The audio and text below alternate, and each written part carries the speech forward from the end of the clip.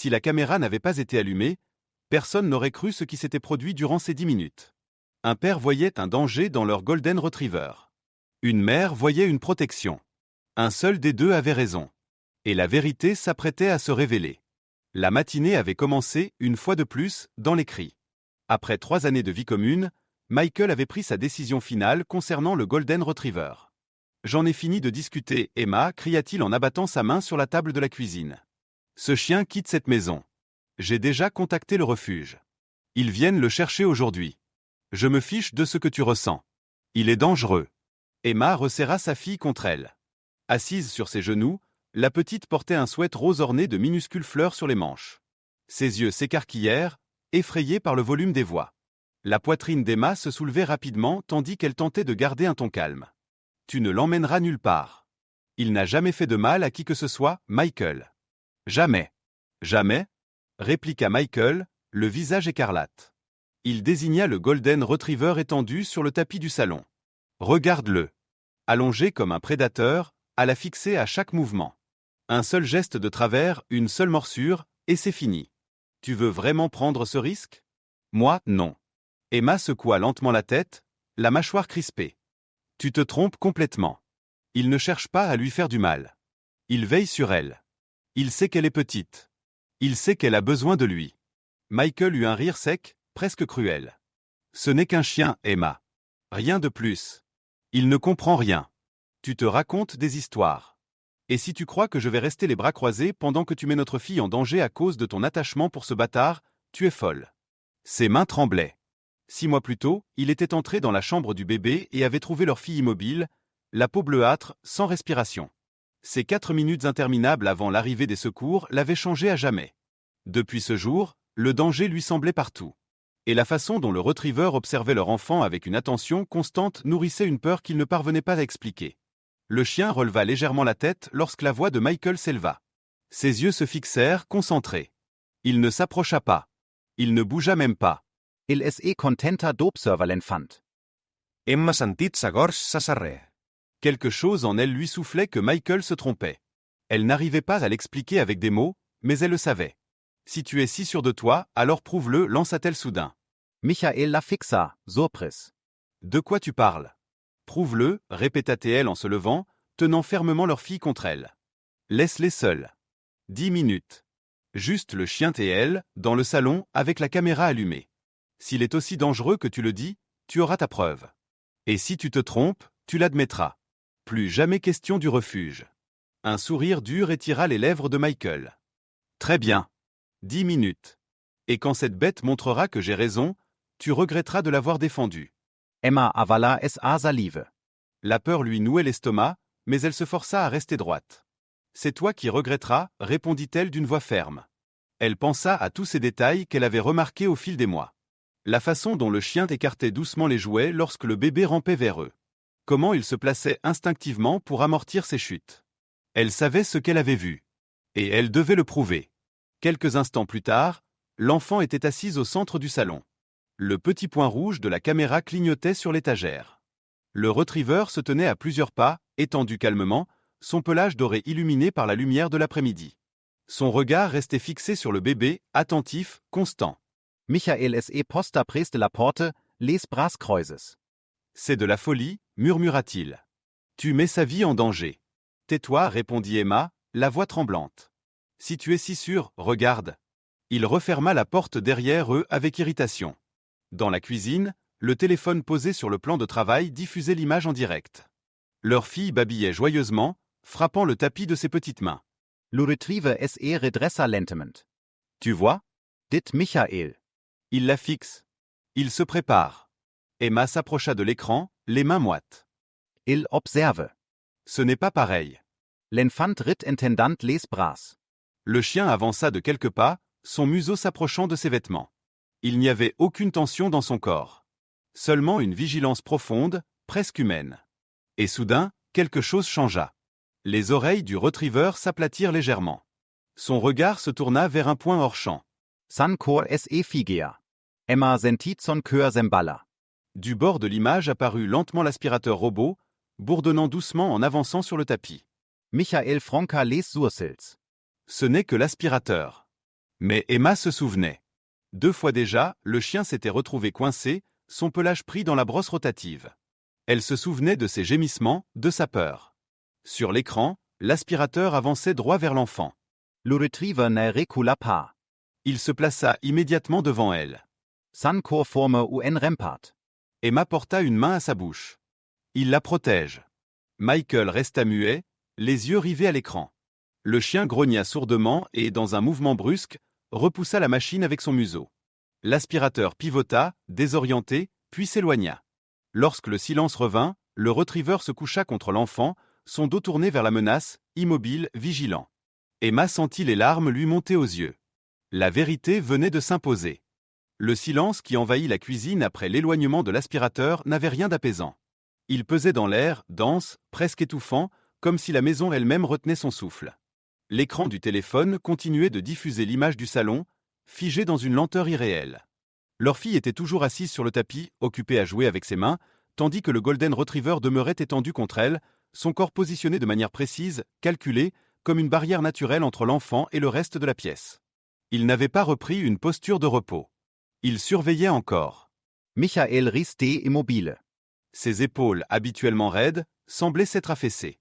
Il fixait l'écran sans cligner des yeux, de peur de manquer un détail, comme si une part de lui cherchait encore la preuve qu'il avait raison depuis le début. Sa respiration était courte, saccadée. Chaque inspiration lui rappelait que ce qu'il venait de voir ne correspondait pas à la menace qu'il avait construite dans son esprit. Sur la vidéo, leur fille éclata de rire, un rire clair, insouciant, dépourvu de toute peur. Elle attrapa le pelage du chien entre ses doigts maladroits et tira doucement, fascinée par la chaleur et la douceur de cette présence. Le retriever tourna lentement la tête vers elle. Ses yeux, auparavant concentrés et tendus, changèrent immédiatement. La vigilance se mua en une douceur profonde, presque tendre. Il souffla longuement, un souffle calme et maîtrisé, puis reposa son museau sur le tapis, sans jamais tourner le dos à la pièce. Même dans l'immobilité, il restait prêt. Emma sentit ses jambes fléchir. Elle dut s'appuyer contre le plan de travail pour ne pas tomber. Son cœur battait encore trop vite, mais une certitude prenait racine en elle, solide, inébranlable. « Tu vois maintenant » murmura-t-elle. Il n'a pas hésité. Il n'a pas calculé. Il a protégé. Michael passa une main sur son visage, lentement, comme s'il essayait de se réveiller d'un mauvais rêve. « Je pensais qu'il observait pour de mauvaises raisons » dit-il d'une voix sourde. Qu'il attendait le moment où quelque chose déraperait. Emma secoua la tête. Il observait, oui. Mais pour anticiper. Pour prévenir. Pas pour attaquer. Elle s'approcha davantage de l'écran, désignant presque chaque détail. Regarde comment il se place. Il ne l'empêche jamais de bouger. Il ne la domine pas. Il ajuste simplement sa position pour être là si elle tombe, si quelque chose approche trop vite. Ces mots réveillèrent une douleur ancienne. Michael revit leur fille, 6 mois plus tôt, immobile dans son berceau. Le silence anormal. La couleur de sa peau. La panique qui lui avait serré la poitrine jusqu'à lui couper le souffle. Ce jour-là, quelque chose s'était brisé en lui. Depuis, la peur s'était installée comme un filtre permanent sur le monde. Depuis ce jour, murmura-t-il, je vois le danger partout. Même là où il n'existe pas. Emma posa doucement sa main sur la sienne. Lui aussi voit le danger, répondit-elle. La différence, c'est qu'il s'est resté calme face à lui. Sur l'écran, le retriever se redressa légèrement lorsque l'enfant tenta de se lever en s'appuyant sur son flanc. Il modifia aussitôt son équilibre, élargissant sa base, renforçant son appui. Lorsqu'elle vacilla, il se déplaça de quelques centimètres seulement, juste assez pour amortir la chute. Elle tomba assise et éclata de rire, fière d'elle-même, inconsciente de la précision du geste qui venait de la protéger. Michael observa chaque micro-mouvement. Rien n'était brusque. Rien n'était excessif. Ce n'était pas un instinct aveugle. C'était une adaptation patiente, répétée jour après jour. Il apprend, souffla-t-il. Il apprend elle, corrigea Emma avec douceur. Le temps continuait de s'étirer. Le chien ne quitta jamais l'enfant. Lorsqu'un bruit lointain résonna dans la maison, il leva la tête, tendit l'oreille, analysa, puis se détendit aussitôt. Évaluation rapide. Décision prise. Retour à sa position. Puis l'alarme du téléphone retentit, claire et implacable. Emma sursauta. Les 10 minutes sont passées. Ils se précipitèrent vers le salon. Emma entra la première et s'agenouilla pour prendre leur fille dans ses bras. La petite babillait joyeusement, totalement inconsciente de l'intensité de ce qui venait de se jouer. Le retriever se leva aussitôt, sa queue remuant lentement, sans agitation, comme s'il savait que son rôle touchait à sa fin. Emma enfouit sa main dans son pelage. « Merci, murmura-t-elle. Merci d'avoir veillé sur elle. » Michael resta figé quelques secondes, puis s'agenouilla à son tour. Sa main tremblante se posa sur la tête du chien. Le retriever leva les yeux vers lui, calme, ouvert, sans peur ni reproche. « J'avais tort, dit Michael d'une voix brisée. Et je le sais maintenant. » Ce jour-là, l'appel au refuge fut annulé. Et pour la première fois depuis des mois, lorsque Michael vit le Golden Retriever s'installer devant la porte de la chambre de leur fille, il ne ressentit plus de peur. Seulement une certitude silencieuse. La maison ne retrouva pas immédiatement son calme après ce qui s'était passé.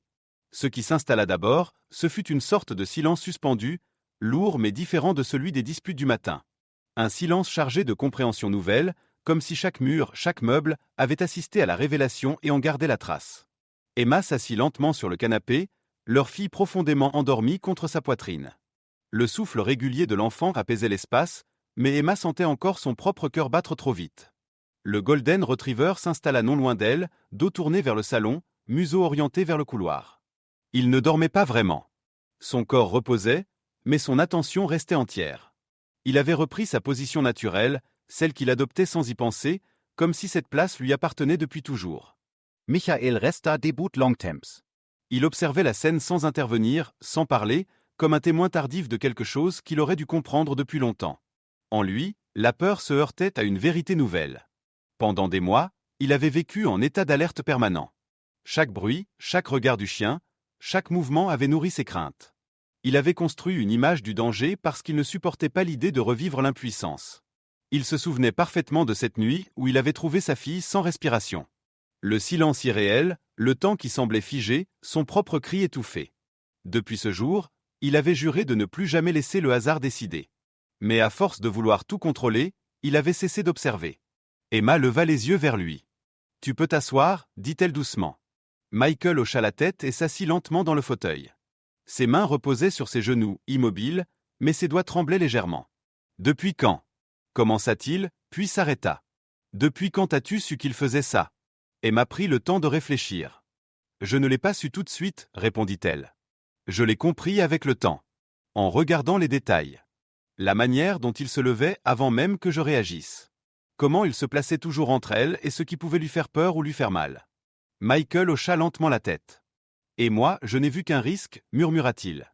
Parce que j'avais trop peur pour réfléchir. » Le chien releva légèrement la tête au son de leur voix, puis se détendit à nouveau. Il n'attendait rien. Il ne cherchait pas à être inclus dans la conversation. Sa présence suffisait. Plus tard, Emma coucha leur fille dans son lit. Comme chaque soir, le Golden Retriever se leva immédiatement et la suivit jusqu'à la chambre. Il s'arrêta à l'entrée, s'allongea et posa la tête sur ses pattes.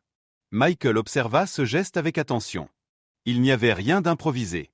Ce rituel se répétait nuit après nuit, sans exception. « Il fait ça tous les soirs » murmura Emma. Michael s'accroupit lentement près du chien. « Tu montes la garde » dit-il à voix basse. Le retriever leva les yeux vers lui. Il n'y avait ni méfiance ni soumission excessive. Juste une attention calme, stable, rassurante. Cette nuit-là, Michael dormit peu. Il se leva plusieurs fois, traversa le couloir dans le noir, s'arrêta devant la porte de la chambre. À chaque passage, le chien était là. Toujours à la même place. Toujours éveillé. Cette constance, silencieuse et fiable, apaisa quelque chose en lui qu'il ne savait pas nommer.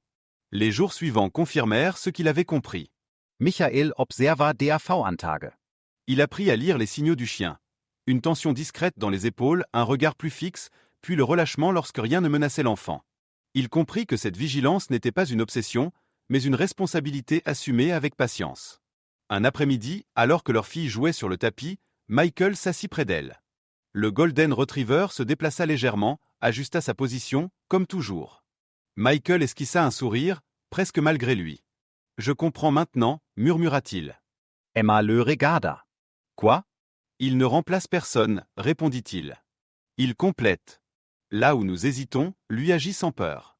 Le Golden Retriever posa doucement sa tête contre la jambe de Michael. Ce geste simple, sans attente, sans demande, suffit à sceller quelque chose. Michael posa sa main sur son pelage, lentement, avec respect. « Tu restes ici » dit-il doucement. « Pour de bon. » Le chien ne bougea pas. Il resta simplement là, fidèle à lui-même. Avec le temps, ces 10 minutes devinrent un souvenir fondateur. Personne ne parla plus jamais de refuge. Personne ne remit en question la place du chien. Il n'était ni une menace, ni un héros. Il était le gardien. Et chaque soir, lorsque la maison s'endormait, il reprenait sa place devant la porte, silencieux, attentif, prêt. Car certains protecteurs ne demandent pas qu'on les comprenne. Ils veillent.